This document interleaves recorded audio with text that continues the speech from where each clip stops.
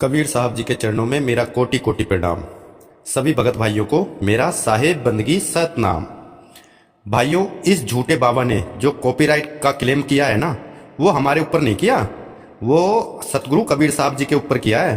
कबीर साहब जी की फोटो के ऊपर किया है। भाई, अब तो आप समझ सकते हो कि यही कली काल निरंजन है, जो परमात्मा की फोटो के ऊपर कॉपीराइट देता है और खुद की फोटो के ऊपर वाणी लिखता है और कबीर साहब जी से इतनी नफरत करता है, अपनी फोटो से प्रेम करता है। शायद इसी को कहते होंगे, जिन प्रेम किया तिन ही प्रभु पाया।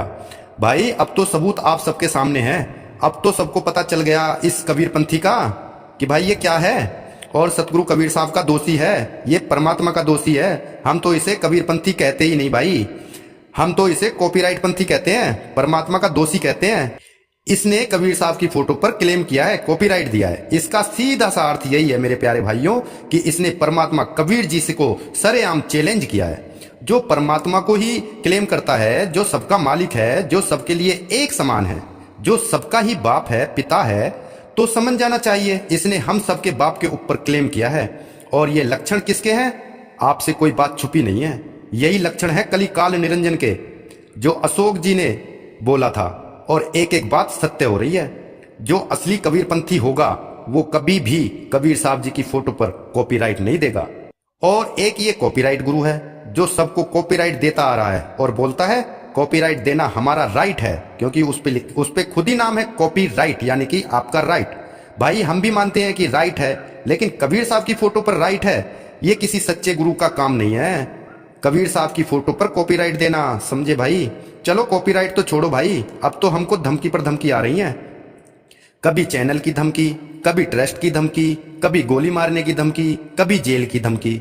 मेरे प्यारे भाइयों, अब तो हम जेल में ही जाएंगे और जेल में ही जाके देख लेते हैं एक बार जेल का भी खाना पीना कैसा होता है। वहां पर भी अपने ही भाई रहते हैं, कोई दूसरे लोग के इंसान तो रहते नहीं भाई। वहां पे भी हमारे जैसे ही भाई रहते हैं। अब कान खोलकर सुन ले कछुआ बाबा, जब तुम हमें जेल पहुंचाओगे तब मैं तुम्हें पक्का मानूंगा। अगर जेल नहीं भेज सके तो फिर तुम कच्चे लोग हो भाई, फिर तुम पक्के नहीं हो। जेल में तो बड़े बड़े संत बैठे हैं, अच्छा हो जाएगा उनसे भी हमारी मुलाकात हो जाएगी, क्योंकि इन धमकियों से हम परेशान हो गए हैं बहुत ज्यादा। जब से इस काल निरंजन से जुड़े हैं तब से धमकी पर धमकी आ रही है। धमकी भरा जीवन कर दिया है इस पापी व्यक्ति ने हमारा। अब तो पाप का घड़ा फूटने वाला है। अब हम इन धमकियों का पूर्ण रूप से अंत करेंगे, क्योंकि आपको समझ तभी आएगी जब प्रैक्टिकल होगा और बाल की खाल निकाल दी जाएगी। जब तक प्रैक्टिकल नहीं होगा तब तक तुम्हारी समझ में नहीं आएगी। भाइयों, इसने बहुत ही तगड़ा आतंक उतार रखा है। हम तो तंग आ चुके हैं, इसकी धमकियों से परेशान हो चुके हैं। कॉपीराइट गुरु, हमें आप प्रैक्टिकल करने पर मजबूर कर रहे हो। भाइयों, आपको समझ में आ रहा होगा कि ये कैसे धमकी पर धमकी देता आ रहा है, हमको कितना डराने की कोशिश कर रहा है। और डराने की कोशिश इसलिए कर रहा है क्योंकि इसका सारा ज्ञान ही कट गया, इसकी सारी जगह थू थू हो रही है, इसको कोई बोलने नहीं दे रहा, इसलिए ये धमकी पर धमकी देता आ रहा है। एक बात और सोचो भाई, ये कछुआ बाबा बोलता है कि तुम्हें बामन से बाहर निकालने आया हूं, तो ये खुद अभी बामन में ही फंसा हुआ है, ये खुद बामन से बाहर नहीं निकला, तो तुम्हें क्या बामन से बाहर निकालेगा। बोलता है टूटे बामन का डोरा। अब इस कछुआ बाबा को बामन से ही नफरत हो रही है, बामन से ये खुद आग बबूला हो रहा है, क्रोध में आ रहा है, जल भुन रहा है। जिसका खुद का बामन का डोरा नहीं टूटा वो तुम्हारा क्या डोरा तोड़ेगा।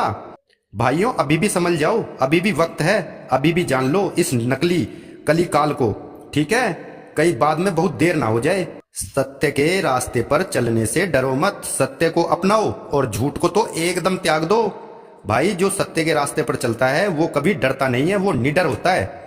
शायद ये बात कछुआ बाबा को पता नहीं है अभी। हाँ, सत्य परेशान जरूर हो सकता है, लेकिन सत्य कभी झुक नहीं सकता।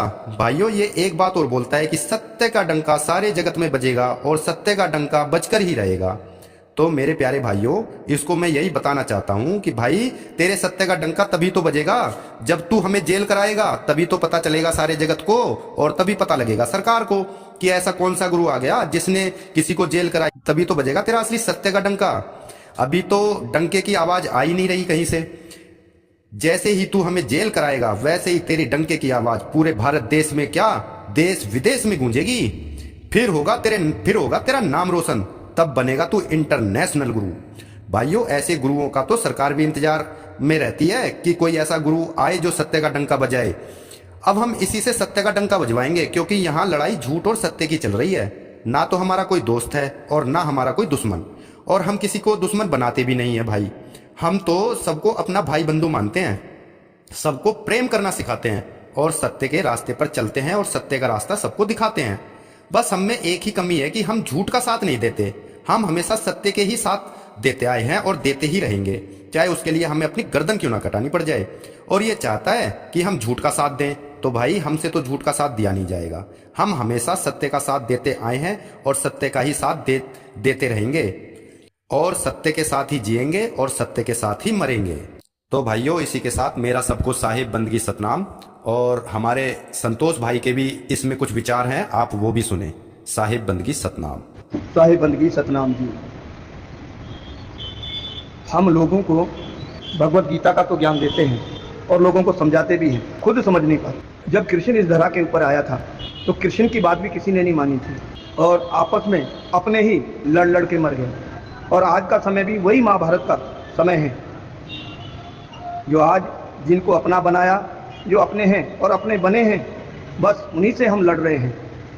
कभी किसको जेल की धमकी दे देते हैं, कभी किसको कहीं की धमकी दे देते हैं। तो आज भी हमारे अपने ही आपस में अपने आप लड़ रहे हैं, कोई दूसरा बाहर वाला कोई नहीं है बीच में। बस हमारा अपना, हमारा भाई हमसे ही लड़ रहा है। चलो कोई बात नहीं भाई, एक बार हमें जेल भी भिजा दो, हम जेल में भी महापुरुषों के दर्शन करके आ जाएंगे, क्योंकि जेलों के अंदर महापुरुष भी बैठे हुए हैं, संत लोग भी बैठे हुए हैं, उन संतों से भी मुलाकात करके आ जाएंगे हम। हाँ, इतना जरूर है, लोगों को हंसने का मौका मिलेगा कि देखो भाई आपस में ही लड़ मर रहे हैं। ऐसा मौका, इसको बोलते हैं गोल्डन मौका, बार बार नहीं मिलेगा। महाभारत में भी एक ही बार आया था और इस कलयुग में भी एक ही बार आने वाला है। या आ रहे यहाँ पर, बाकी सब बेकार। साहिब बंदगी सतनाम जी।